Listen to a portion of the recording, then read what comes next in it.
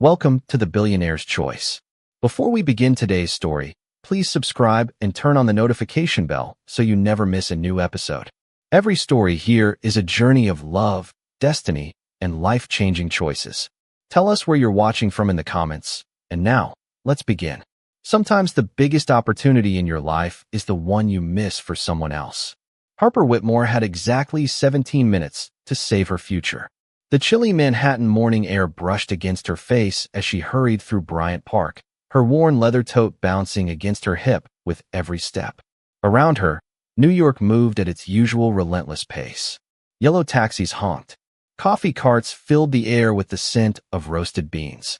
Business professionals rushed toward glass towers that reflected the pale morning sunlight. Everyone seemed to know exactly where they were going. Harper did too. At least she hoped she did. Her fingers tightened around the folder tucked beneath her arm. Inside was her resume, carefully updated after months of rejection emails, canceled interviews, and polite messages that always ended the same way. We've decided to move forward with another candidate. This interview was different. It wasn't just another chance. It was her last realistic chance. If she landed the administrative coordinator position at Sterling Consulting, she could finally catch up on 2 months of overdue rent. She could stop avoiding calls from her landlord. She could stop calculating whether groceries or electricity mattered more that week. She checked the time on her phone. 9:12 a.m. The interview started at 9:30. She was close enough to make it. For the first time in weeks, hope felt real. Harper adjusted her pace, weaving through the growing crowd. Her blonde hair slipped loose from its clip as she crossed the edge of the park. Then she heard it. A small voice, barely audible beneath the city noise. "Excuse me." Harper kept walking at first, assuming the child belonged to someone nearby. But the voice came again, softer this time, trembling. "Excuse me, can you help me?" Something in the tone stopped her. She turned. Standing near a fountain was a little girl, no older than 7. She wore a pale blue coat and white sneakers. Golden curls framed her worried face. Her eyes were shiny with tears she was trying very hard not to let fall. People streamed past her without slowing down. Some glanced briefly. Most never noticed her at all. Harper looked around instinctively. No parent. No babysitter. No adult searching nearby. The little girl clutched the strap of a tiny backpack with both hands. "Are you okay?" Harper asked, kneeling slightly. Relief instantly appeared on the girl's face. "I can't find my daddy." Harper's heart sank. "What's your name?" "Lila." "Hi, Lila. I'm Harper." The child managed a tiny smile before looking around again. "We were walking, and there were lots of people, and I got separated." Harper followed her gaze across the crowded park. Hundreds of faces. Thousands, maybe. Any one of them could have been the missing parent. She checked her phone again. 9:13. Every minute mattered. "Do you know your dad's phone number?" Harper asked gently. Lila shook her head. "Do you know where he works?" Another shake. "Do you know your address?" No. Harper inhaled slowly. The city suddenly felt much larger, much louder, much colder. She stood and scanned the crowd one more time, hoping to spot a frantic parent running toward them. Nothing. Lila looked up at her. "You're not leaving, are you?" The question hit Harper harder than she expected. She glanced toward the towering office buildings several blocks away. Somewhere inside one of them, her future might be waiting. The interview she had prayed for. The job she desperately needed. The chance to finally breathe again. Then she looked back at the child standing completely alone in the middle of Manhattan. Lila's lower lip trembled despite her effort to stay brave. Harper knew what fear looked like. She had worn it herself for months. 9:14, her phone buzzed. An automated reminder from Sterling Consulting flashed across the screen. "Interview begins in 16 minutes. Harper stared at it, then at Lila, then back at the notification. The city rushed around them, indifferent to both. Finally, Harper silenced the alert and slipped the phone back into her bag. "Okay," she said softly. "Let's find your dad." Relief flooded the little girl's face as she reached for Harper's hand. Harper took it without hesitation. She had no idea that the choice she had just made would cost her the opportunity she had spent months chasing. And she certainly had no idea that somewhere else in New York, a billionaire CEO was about to discover that the most important person in his world had disappeared. Harper squeezed Lila's small hand as they stepped away from the fountain and into the flow of morning pedestrians.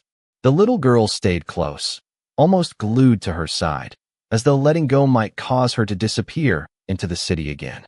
"Do you remember where you last saw your dad?" Harper asked. Lila frowned, concentrating. "Near a big building with shiny windows." Harper glanced around. In Midtown Manhattan, that description fit almost every block. "Anything else?" "There was a man selling pretzels." Harper managed a faint smile. That narrowed it down to practically nowhere. They walked toward the nearest park information booth, but it was still closed. Harper checked her phone. 9:18. 12 minutes until the interview. Her stomach tightened. She could still leave. She could call the police, explain the situation, and run the remaining few blocks to Sterling Consulting. Rationally, that was what she should do. But every time she looked down, she saw Lila's frightened eyes searching her face for reassurance. The child had stopped crying, but fear lingered behind every glance. Harper knew she could not simply hand her off to the first stranger she found. "Are you hungry?" Harper asked. Lila nodded shyly. "A little." Harper led her toward a food cart on the corner. The scent of fresh bagels drifted through the cool air. She reached into her wallet and counted what remained of her cash. Not much, just enough to make every dollar matter. Still, she bought a plain bagel and a bottle of water. Lila accepted them with both hands. "Thank you." "You are welcome." They sat briefly on a nearby bench. As Lila ate, Harper scanned the area repeatedly, hoping to spot someone frantically searching. Nothing. Her phone buzzed again. Another reminder. "Interview starts in 12 minutes. She ignored it. "What does your dad do?" Harper asked. "He works a lot." "What kind of work?" Lila shrugged. "Meetings." Harper almost laughed. That sounded like half the adults in Manhattan. "Does he have a name?" Lila blinked. "Of course. Can you tell me?" "Daddy." Harper smiled despite herself. "Besides Daddy." Lila giggled for the first time. The sound was surprisingly bright. "Declan." Harper stored the name away. It was not much, but it was something. 20 minutes later, they arrived at a nearby police precinct. The officer at the front desk listened carefully while Harper explained the situation. Lila sat quietly beside her, clutching the water bottle. "You did the right thing bringing her in," the officer said kindly. "We have not received any missing child reports yet, but we will start checking." Harper felt a wave of relief. Finally, professionals could handle this. Maybe there was still a chance to salvage her day. Then the officer asked a question she had not expected. "Would you mind staying with her until we identify a guardian? She seems comfortable with you." Harper looked toward Lila. The little girl immediately reached for her sleeve. "Please do not leave yet." The words were soft, almost whispered. Harper's heart sank. She checked the time. 9:41. The interview had already begun. Even if she left now, it was over. Completely over. Months of preparation. Endless applications. All gone. For a moment, disappointment hit her so hard she could barely breathe. She stared at the dark screen of her phone. No missed calls yet. No emails. Just silence. A silence that felt expensive. "Miss Harper?" the officer asked gently. Harper looked up. Then she glanced at Lila. The child was trying to be brave again, but her fingers twisted nervously around the strap of her backpack. Harper forced a smile. "I will stay." Relief washed across Lila's face. She slid closer on the chair. Outside, New York continued racing forward without them. Somewhere across the city, opportunities were being seized, meetings were beginning, careers were advancing. Harper knew she had just missed the one chance she desperately needed. What she did not know was that at that exact moment, a desperate father had begun searching for his daughter, and every available resource at his disposal was about to be unleashed across the city. The waiting area inside the precinct felt strangely quiet compared to the chaos of Manhattan outside. Harper sat beside Lila near a row of plastic chairs while officers made phone calls and checked reports. Every few minutes, someone walked by carrying paperwork or speaking softly into a radio, but no one seemed to have any answers yet. The little girl had finished her bagel and now swung her feet gently above the floor. The fear that had clouded her face earlier seemed lighter, replaced by cautious trust. Harper wished she could feel the same. She finally checked her phone. 3 missed calls. 1 voicemail. 2 emails. Her chest tightened immediately. She already knew what they were about. Still, she opened the first email. "Thank you for your interest in Sterling Consulting. Since we were unable to reach you at the scheduled interview time, we have proceeded with other candidates. We wish you success in your future endeavors." Harper stared at the screen. A few simple sentences. Months of hope erased in less than 30 words. She lowered the phone slowly. For a moment, she simply sat there, letting the disappointment settle. Not dramatic, not explosive, just heavy. The kind of disappointment that quietly steals the air from a room. "Are you sad?" Lila asked softly. Harper looked up. The little girl was watching her with concern. Harper forced a smile. "A little. Because of me?" The question caught her off guard. "No," Lila lowered her eyes. "I think it is." Harper immediately shook her head. "Listen to me." She knelt beside the chair, so they were eye level. "You did nothing wrong. But you had somewhere important to go." Harper hesitated. Children always seem to notice more than adults expected. "I did," she admitted. "But helping you was important too." Lila studied her face carefully, as if deciding whether to believe her. Finally, she nodded. A few minutes later, one of the officers approached carrying a clipboard. "Still nothing yet," he said apologetically. "No missing child report that matches her description." Harper frowned. "That seems impossible. Sometimes parents search on their own before contacting authorities. We see it more often than you would think." The officer smiled reassuringly at Lila before walking away. Harper leaned back in her chair. Something felt strange about the situation. Most parents would have reported a missing child immediately, unless they had not realized she was gone, or unless they were searching somewhere else entirely. "Tell me about your dad," Harper said. Lila brightened instantly. "He is really tall." Harper smiled. "That narrows it down. And he drinks too much coffee." "That narrows it down even less." Lila giggled. "He always works." "You said that already. But he still reads to me every night." The little girl smiled proudly. "Even when he gets home late." Harper felt something soften inside her. Whoever this father was, he clearly loved his daughter. "What do you like to do together?" "We go to the aquarium. And we feed ducks. And sometimes he forgets meetings because of me." Harper laughed. "I am sure he does not mind. He pretends he does." For the first time all morning, Harper found herself genuinely smiling. Lila was charming in a way that felt completely natural. Not spoiled.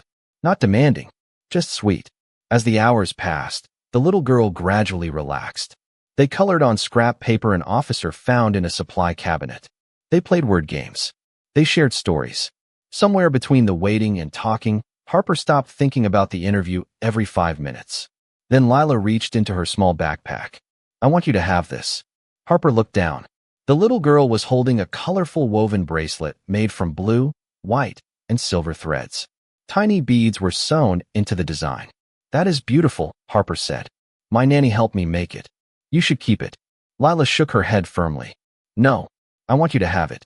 Harper hesitated. "Why?" The child smiled. "So you do not forget me." For a moment, Harper could not speak.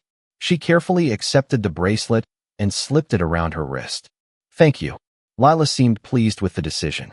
Then her attention suddenly shifted toward the front entrance. The smile vanished. Her eyes widened. Not with fear this time. With hope. She slid off her chair so quickly that Harper barely had time to react. "Daddy?" she whispered, staring toward the glass doors. Harper turned instinctively. Before she could see who had entered, she felt the entire atmosphere inside the precinct change.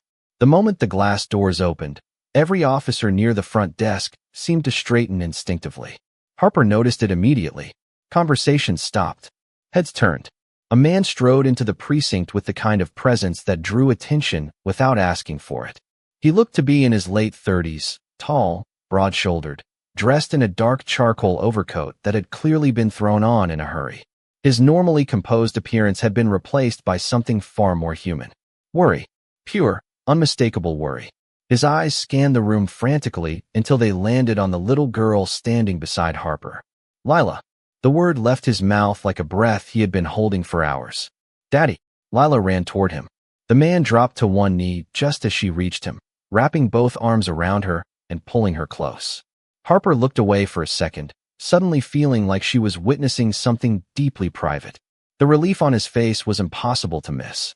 Whatever else he was, whatever title he held, right now he was simply a father who had found his daughter.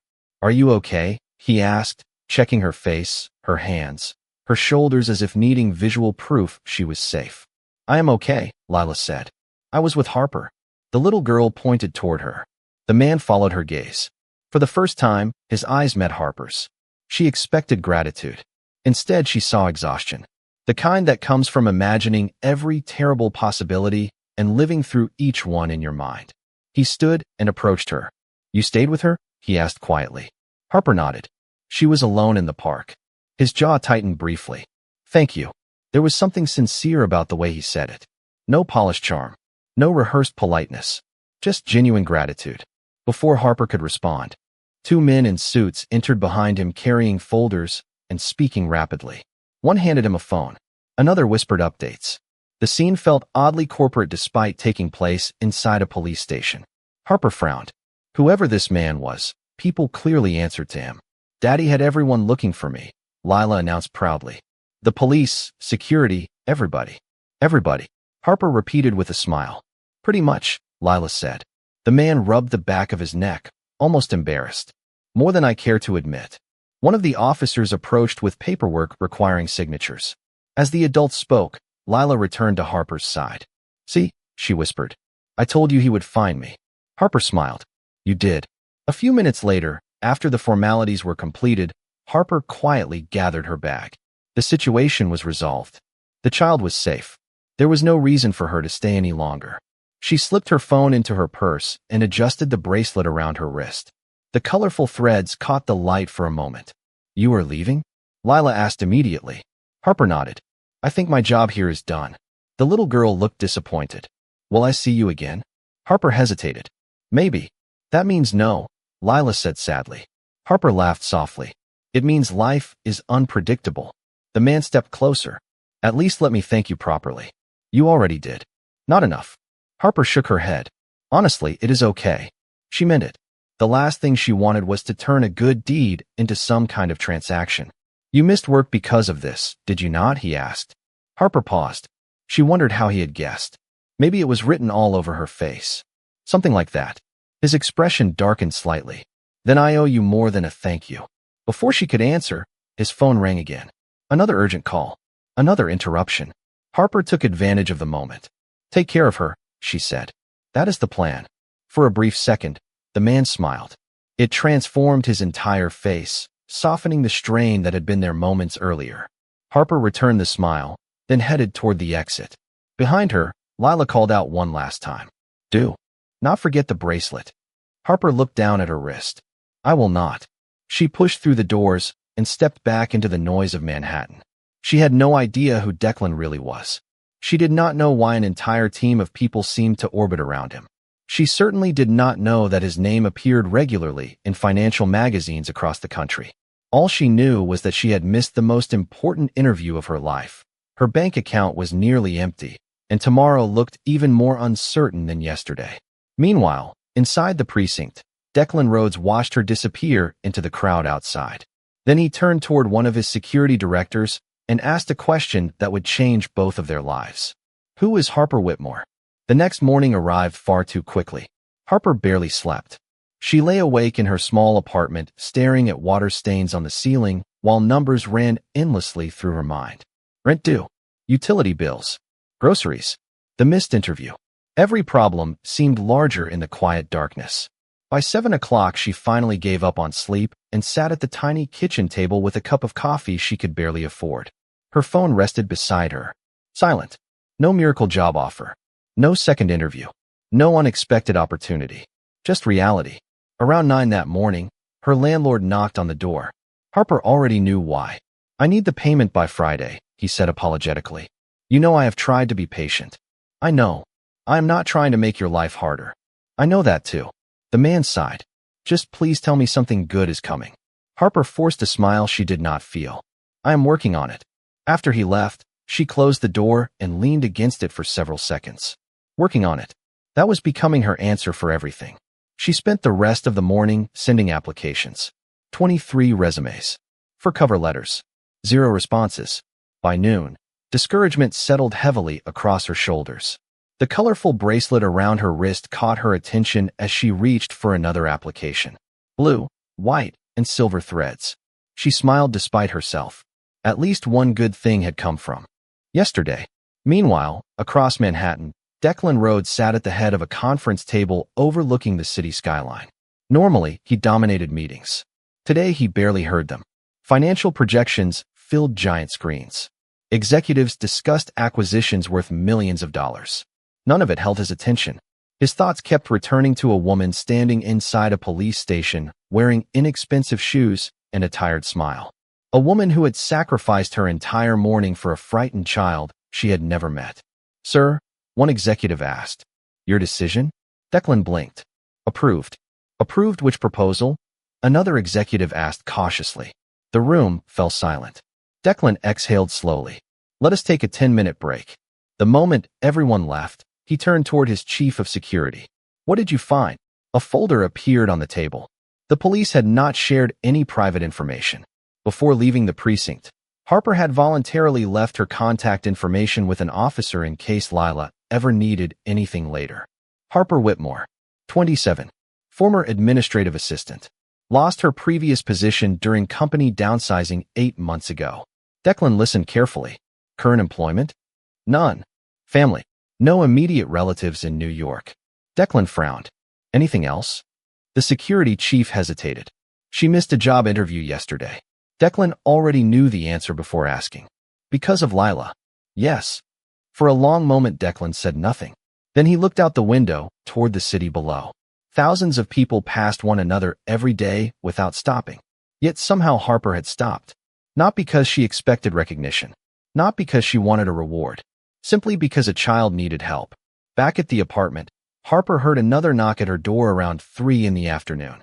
She assumed it was the landlord returning. Instead, a well-dressed woman stood in the hallway holding a sealed envelope. "Harper Whitmore?" "Yes. I was asked to deliver this personally." Harper accepted the envelope carefully. "Who sent it?" The woman smiled politely. "Mr. Rhodes." Harper stared blankly. The name meant nothing to her. "I am. Sorry." "Who?" "Declan Rhodes." The woman seemed surprised by the question. Harper opened the envelope. Inside was a simple handwritten note. "Thank you is still not enough. Please allow me the opportunity to express my gratitude properly." There was also a business card. Harper turned it over. Her eyes widened slightly.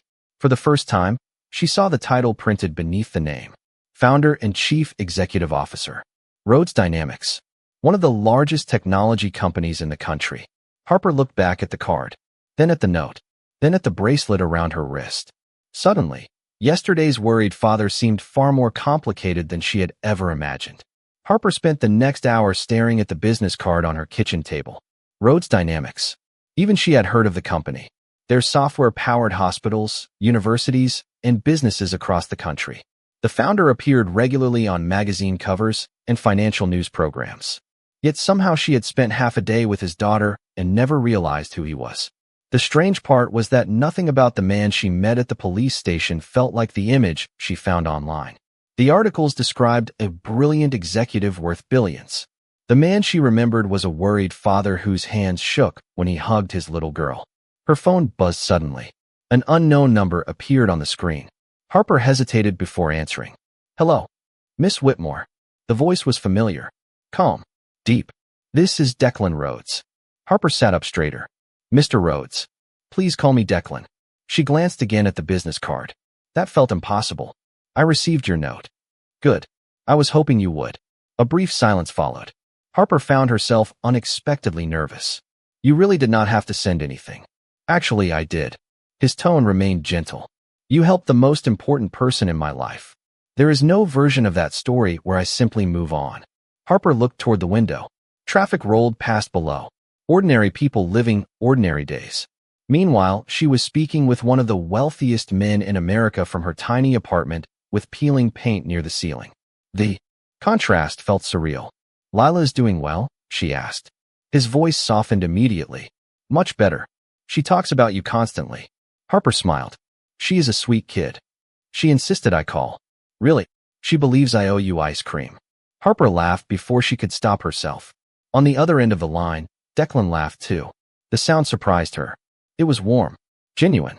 Not at all what she expected from a billionaire executive. "Children have simple solutions to complicated problems," he said. "Sometimes they are the smartest solutions." Another brief pause settled between them. Then Declan spoke more carefully. "I would like to meet with you." Harper immediately tensed. "Why?" "Because thank you is not enough." "You already said that." "And I meant it." His voice remained steady. "I understand you missed an important interview." Harper looked down at the floor. "That was my decision. It was still a sacrifice. I would make the same choice again. The words came out without hesitation. She realized they were true the moment she said them. No matter how difficult the consequences became, she could not imagine abandoning a frightened child in the middle of Manhattan. For several seconds, Declan said nothing. When he finally spoke, there was unmistakable respect in his voice. That is exactly why I would like to meet. Harper felt her pulse quicken slightly. Part of her wanted to refuse. Accepting favors from powerful people rarely ended well. Another part of her remembered the rent notice sitting on the counter. What kind of meeting? She asked cautiously. Lunch. Conversation. Nothing more. And if I say no, then I will respect your decision. The answer came immediately. No pressure. No manipulation. Somehow that made the invitation harder to reject. I will think about it, Harper said. Fair enough. Before ending the call, Declan added one final sentence. For what it is worth, Miss Whitmore, people spend their entire careers looking for employees with character. Yesterday, you demonstrated yours without realizing anyone was watching. After the call ended, Harper remained seated for a long time. Outside, clouds drifted across the afternoon sky. Inside, uncertainty filled the room. She still had no job. Her financial problems had not disappeared. Nothing practical had changed. Yet for the first time since missing the interview, a small spark of possibility returned. Meanwhile, several miles away inside the top floor of Rhodes Dynamics headquarters, Declan stood beside the massive windows overlooking Manhattan. His assistant entered carrying a folder. Your 4 o'clock meeting is ready. Declan nodded absently. His thoughts remained elsewhere. Sir, the assistant asked. What is it about her? Declan looked toward the city below. Thousands of people moved through the streets. Most never stopped for anyone. Most never sacrificed opportunity for a stranger. Harper Whitmore had. And somehow he could not stop thinking about it. I am not entirely sure, he admitted quietly. But I intend to find out. 3 days passed before Harper finally agreed to meet Declan. The decision had not come easily.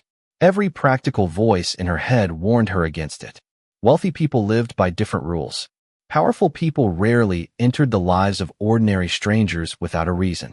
Yet each time she considered declining, she remembered the sincerity in his voice and the gratitude in Lila's eyes. On a rainy Thursday afternoon, Harper found herself standing outside a quiet restaurant overlooking the Hudson River. The place was elegant without feeling intimidating. Floor-to-ceiling windows framed the gray water beyond, and soft jazz drifted through the dining room. Harper glanced down at her outfit for the third time. It was the nicest thing she owned, though that was not saying much. She almost turned around twice before walking through the doors. Declan was already there. He stood when he saw her approach. Not because he had to. Not because anyone expected it. He simply did. Thank you for coming, he said. Thank you for the invitation. As they sat, Harper noticed something surprising.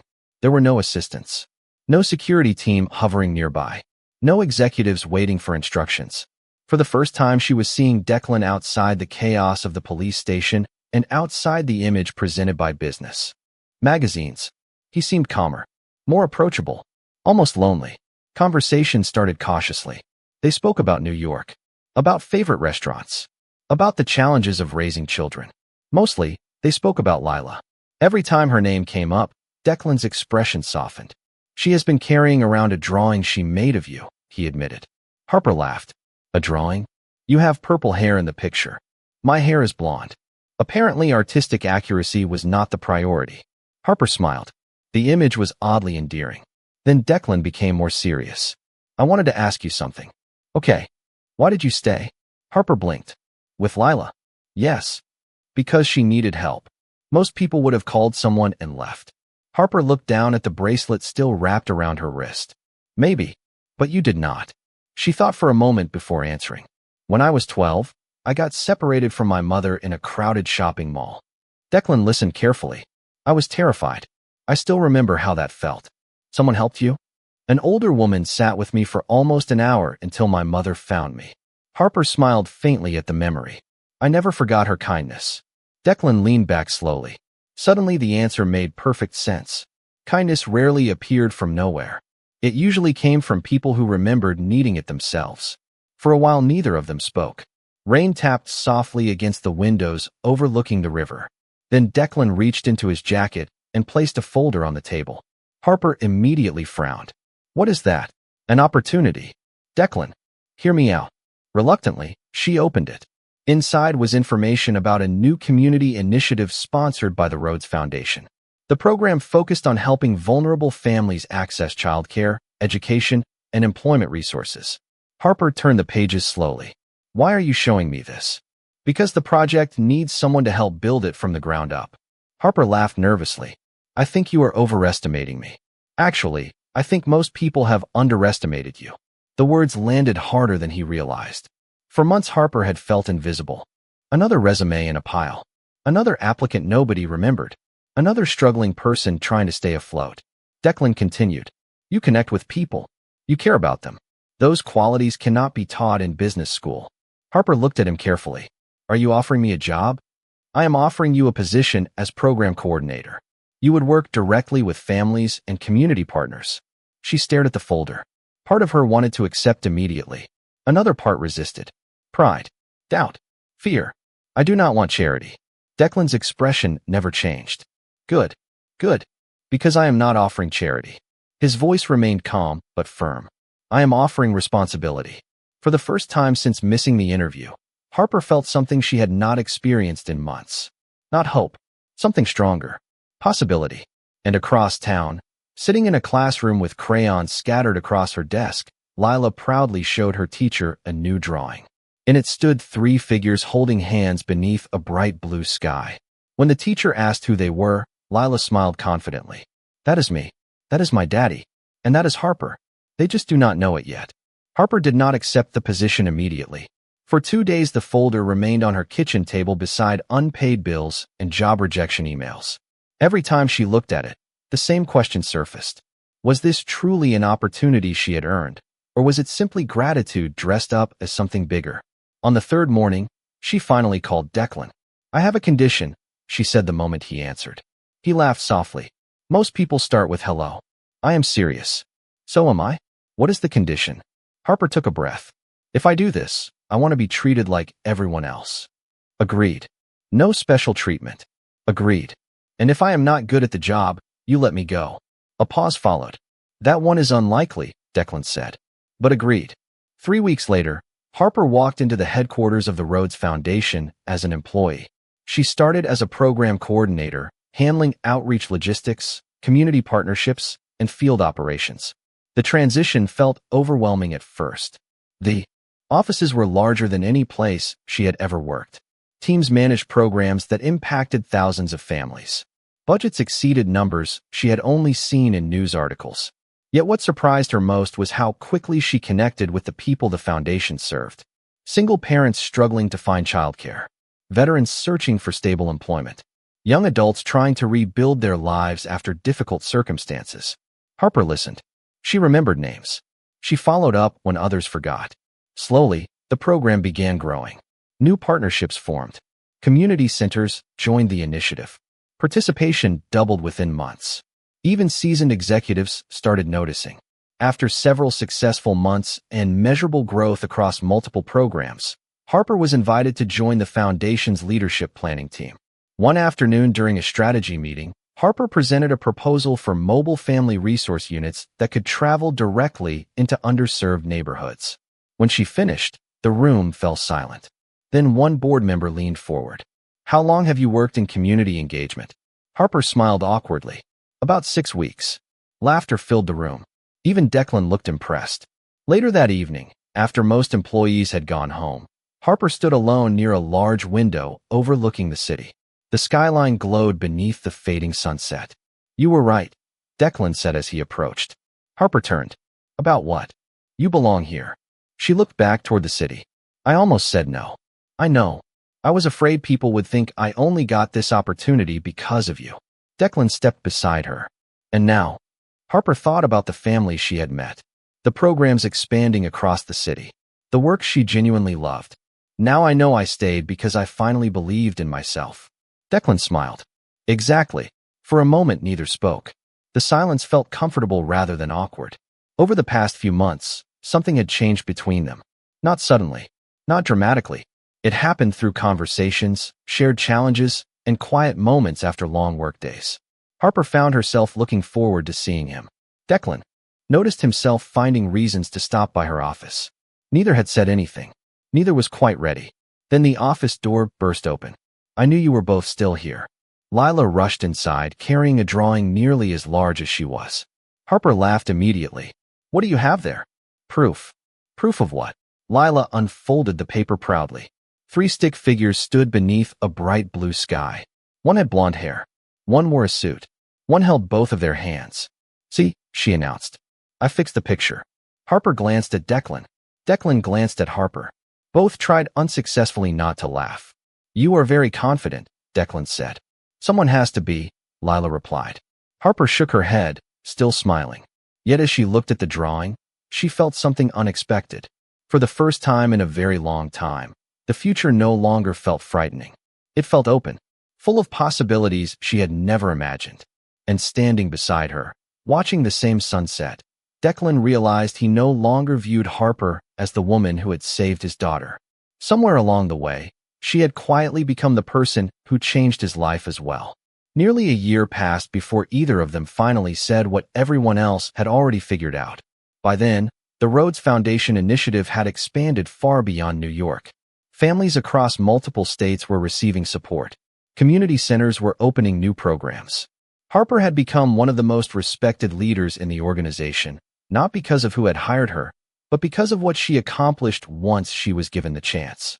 Yet despite all the success, her favorite moments remained surprisingly simple. Saturday mornings at the aquarium with Lila. Coffee with Declan after long meetings. Quiet dinners where conversations drifted from work to dreams, memories, and the future. Somewhere between ordinary moments and extraordinary changes, they had become a family in everything except name. One warm spring evening, Harper arrived at a community celebration hosted by the foundation. Hundreds of people filled the outdoor courtyard. Families laughed together beneath strings of lights. Children played games across the lawn. Volunteers shared stories about lives that had been changed. Harper stood near the entrance for a moment, taking it all in. A year ago, she had been worried about losing her apartment. Now she was surrounded by people whose lives had improved because someone had once believed in her. Pretty incredible, isn't it? Declan appeared beside her holding 2 cups of coffee. "It is." Harper accepted one. "Although I still think the mobile resource idea was yours." "Nice try." He smiled. "That was all you." Across the courtyard, Lila ran toward them carrying a small box wrapped in silver paper. "Daddy said I could give it to you now." Harper looked between them. "Give me what?" "Open it." Harper carefully lifted the lid. Inside was the woven bracelet Lila had made all those months ago. The same bracelet she had worn every day until the threads finally became too fragile. She stared at it in surprise. "I thought this was lost." "No," Lila said proudly. "Daddy had it protected." Harper looked closer. The bracelet now rested inside a small glass display frame.